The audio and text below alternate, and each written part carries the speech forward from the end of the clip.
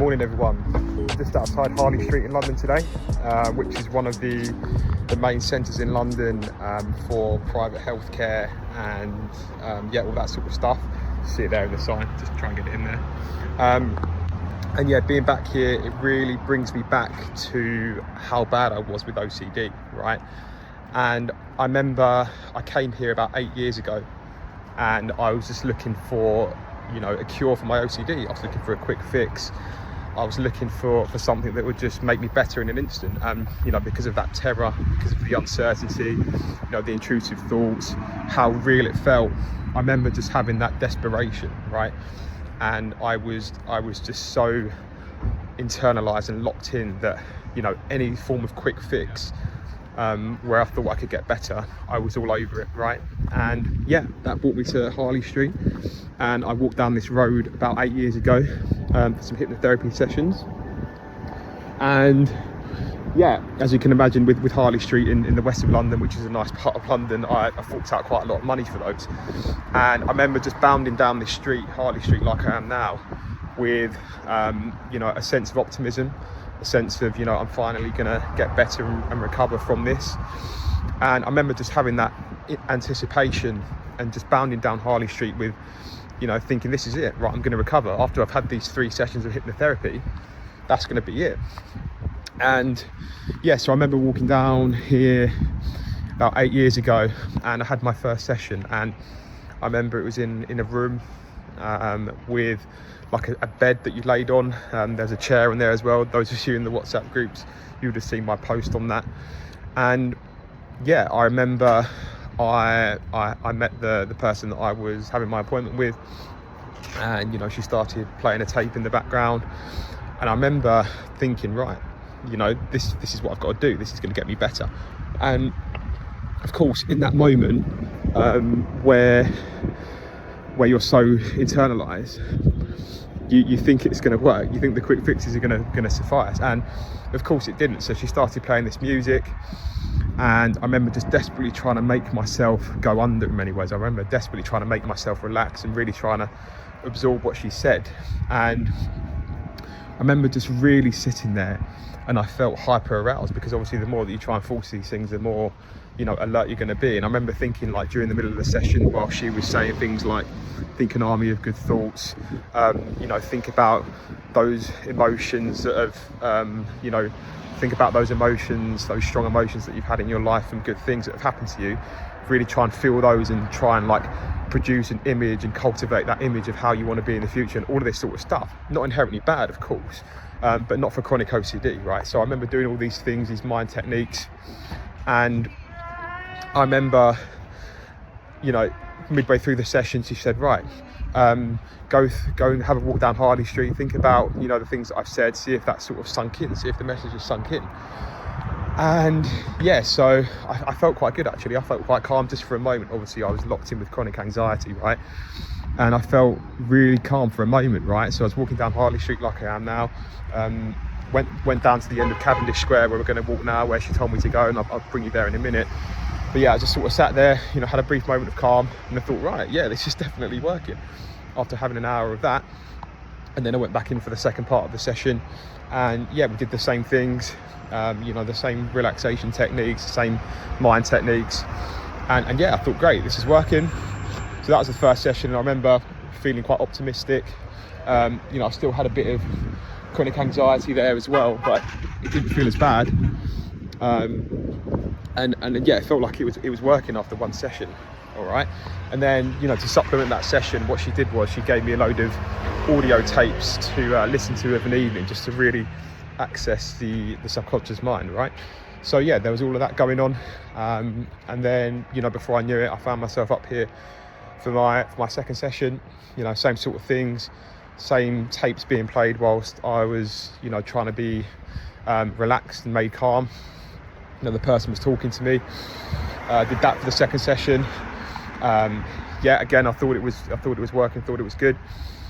And then, I came back for the third session as well, and this is when it really struck home for me that I just, really wasted a lot of money in many ways, and I felt really stuck. So I remember I had the third session, and then I came to Harley Street, had the third session, did it. You know, it was the worst session out of all 3 because I thought, right, this really needs to work now. This is the last session. I paid a lot of money. I need to try and force this.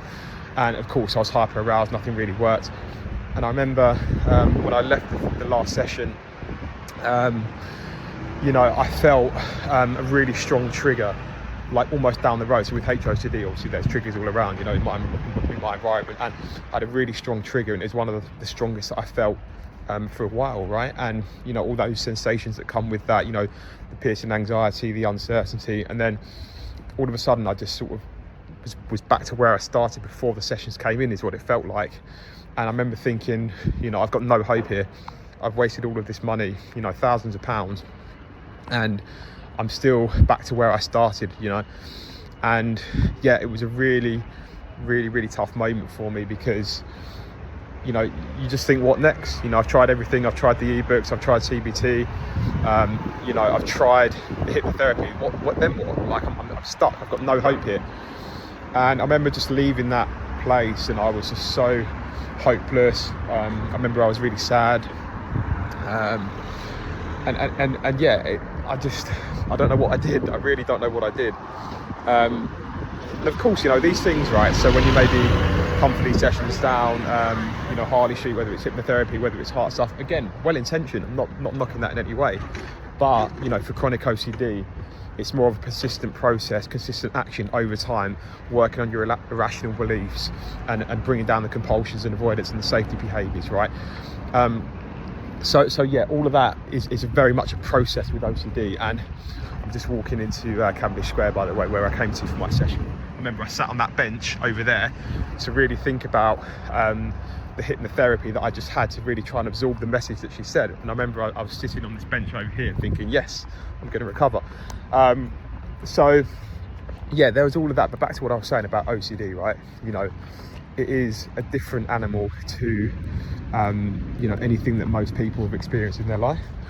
You know, the terror, you know, the realness of it, and you're just so scared of not recovering because of how taboo it feels, because of how uncertain you feel, because you're not in the position that you once were before that set in.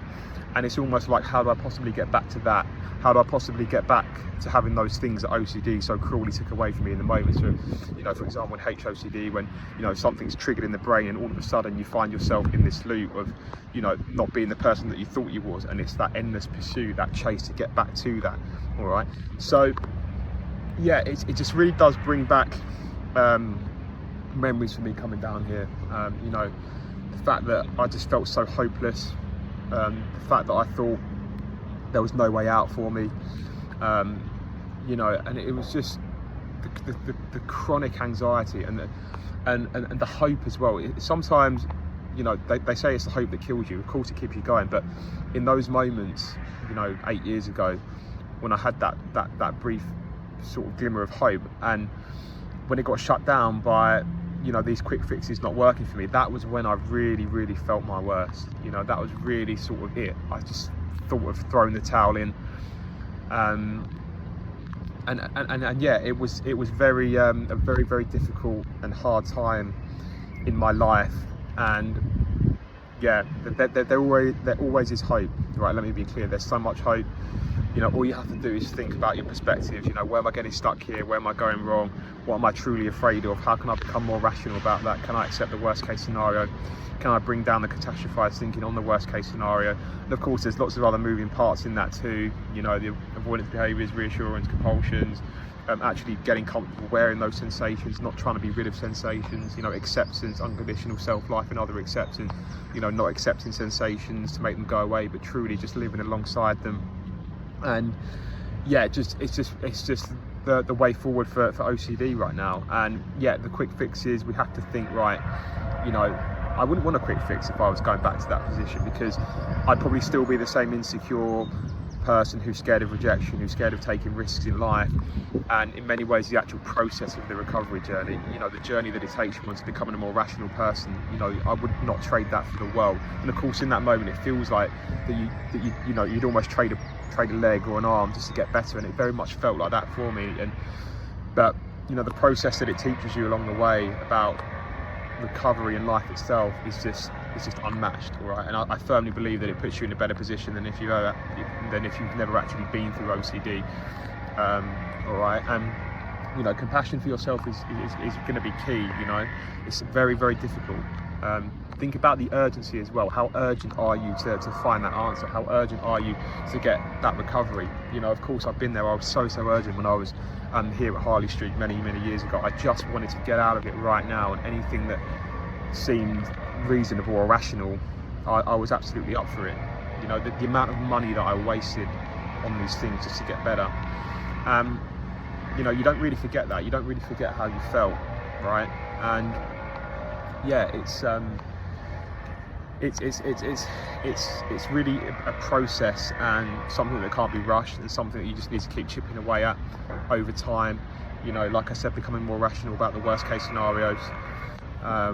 You know, really seeing what am I scared of here, and how can I change my perspectives on that certain thing whilst making sure that the behaviours align with that. All right, so yeah, think of it as a process. It's a process to sort of you know, becoming more rational, improving your life in other areas, not just OCD. And yeah, sometimes it's important just to take your foot off the gas, you know, really wear those uncomfortable sensations, really try and come to terms with what we're scared of, and just taking it from there. All right, so I hope you enjoyed this different kind of video from me in London today, and I'll see you soon.